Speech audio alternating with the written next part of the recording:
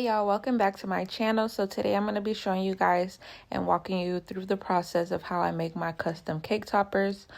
I'm using Cricut Design Space for this project. You're going to want to open your Cricut Design Space and hit text on the left hand side of your computer. And you're just going to type in whatever text that you're going to want your cake topper to say. I'm doing Kalani is one. This was going on a cake that I did a while back, but I'm just showing you guys how I did it. If you hear any noises in the back or any snoring, that is my baby. She turned 1 month on August 3rd, so she is sleeping on my chest. So if you hear any snoring, just don't mind it. But here I'm gonna choose a different font because I don't like this one. You can use Cricut's font, or you could use a font that you downloaded to your computer. I used thefont.com to download any font that I'm looking for. They have like a variety of fonts and it's free, so just download whichever one you want. I clicked Milky Matcha, but I ended up not liking how it really looked, so we're gonna change this font to a font called Hello Valentica. I think that's how you pronounce it. I'm not too sure, but I'm just gonna type hello and it should pop up because that's the only font that I have with the word hello in it. And I'm liking this font a lot more, so we're just gonna go with this one. So right now, this is all one piece. As you can see, I'm moving it as one. The letters are all put together, but we're gonna go here to ungroup, which is under the word layers. And once I click that, you see that every letter now is individual on the right hand side. So this gives you the ability to move your letters around. But let me go ahead and undo that. But I just wanted to show you guys how that worked. So the reason that I ungrouped this is because I'm going to want to put these letters all together. Because if you don't put them together, they're all going to cut out one by one. And you want them to cut out together, if that makes sense. So I'm going to take this eye and I'm going to move it to the side because I want to take the circle from the top and change it into a heart. So to do this, you're going to move the eye, grab a circle, and you're going to make that circle just a little bit smaller. And once you do that, you're going to bring it on top of the circle that's on top of the eye, highlight everything, and go to the bottom right of your computer and click slice.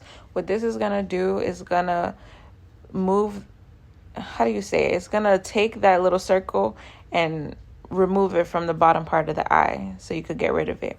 The only reason, like I said, that I'm getting rid of it is because I want to add a heart to the top of the eye. I took the other eye that was next to the S and I just deleted it because the eye that I'm making right now, I'm just going to duplicate it. So I go to shapes again. I get a heart. I'm going to make the heart a little smaller.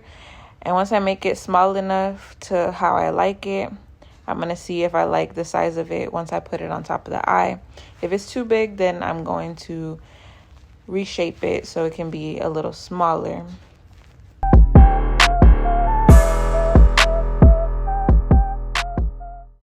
So here it's looking a little bit too big for my liking.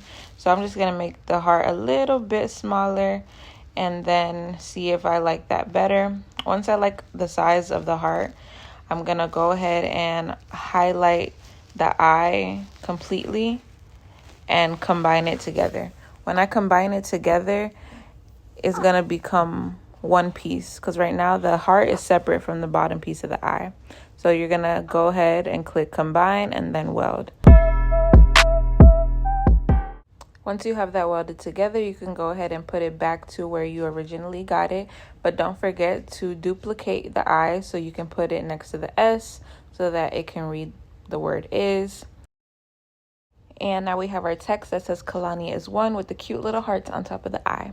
So now what we're going to do is we see that each letter is still individual. We want to select the whole entire word, click combine, and then click weld. Like I said, what this is going to do is make this one piece so that when you cut it out into the Cricut, it doesn't cut out the letters individually. It's going to cut it out as one piece. So we're going to go ahead and do the same process with the word is and then with the word one.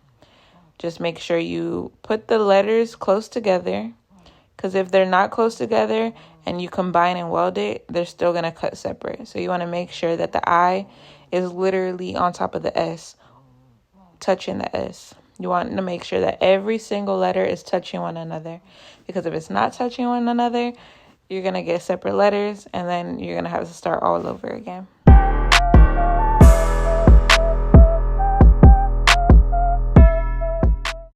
So now that we have welded our words together, this is the part where you want to just see, this is up to you, how you want the wording to look. You can have it look like this, or you can move the is over here and the one over here. It's your discretion. How the customer wants their topper or how you want to make their topper is completely up to you or up to them. But I'm going to show you guys how I did mine. At first, I kind of played with it to see how I would want it to look. But I did know I wanted the one to look bigger than the word Kalani, just because it's the baby's first birthday. So you're going to see me play with this just a little bit. And sometimes you're going to mess up, and it's okay, because that's what happened here. The one was too little. So I'm just going back and I'm undoing everything that I did, because I want to make the O bigger than the word Kalani, if that makes sense. But you're going to just see how I'm doing it here. I did go back like you saw, and I undid everything that I did so that I can be able to move the O separate from the NE, so that I can do what I'm doing right now. So this part, like I said, is completely up to your discretion. It may take you, a few tries to play with it, but in the end, it's going to be worth it. This is how I wanted mine to look. So once I am happy with my positioning of my letters or my phrase or my words, I'm going to go ahead and select the whole entire text, because right now everything is separate until you weld it.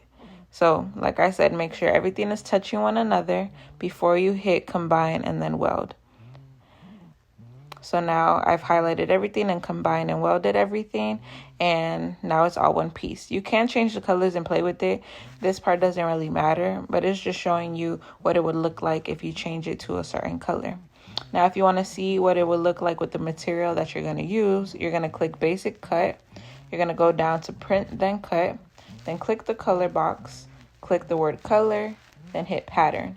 This is going to show you all the patterns that you downloaded to your computer. So here I have some glitter papers just so I can look and kind of foresee what my topper is going to look like. But my topper is going to be the silver holographic glitter. I'm going to go ahead and click that one right now. This is what it's supposed to look like, but it's just going to give you an idea of what your topper is going to look like. But you cannot cut this out when it's on Print and Cut. So you want to go back to basic just so it can get to this basic color so that you're able to cut it out. Once you're done with that, you can hit Make. I'm not going to save this project because I already have one. I'm just showing you guys how I did it. You're going to click on mat and a 12 by 12 mat, depending on what size mat that you're using. This is what it's supposed to look like, and this is how it's going to cut out on your mat. If you have a different size mat and it's not 12 by 12, if you're cutting out on a smaller mat, or, you can change that material size on the left. Then you're going to select the Cricut machine that you're going to be using for your project. And once you select that, it's going to ask you what type of material you're going to be cutting on. And for this project, we're going to be cutting on glitter cardstock. So you go ahead and click glitter cardstock and then load your paper into your machine and let it do its cutting. Now, once your design is finished cutting, you're going to want to remove it from your cutting mat very carefully. And you're going to use your Cricut tool set. I'm using the spatula. The spatula lets you pick up the glitter paper easily from the sticky surface of your cutting mat. And then you want to use your weeding tool to remove the areas that you don't need from your topper. And that's it. You're finished with your topper, and this is how it should come out. And then you can add your hot glue with your wooden or acrylic stick, and you have yourself a cake topper. Thank you guys for watching. Don't forget to like, comment, and subscribe, and I will see you guys next time.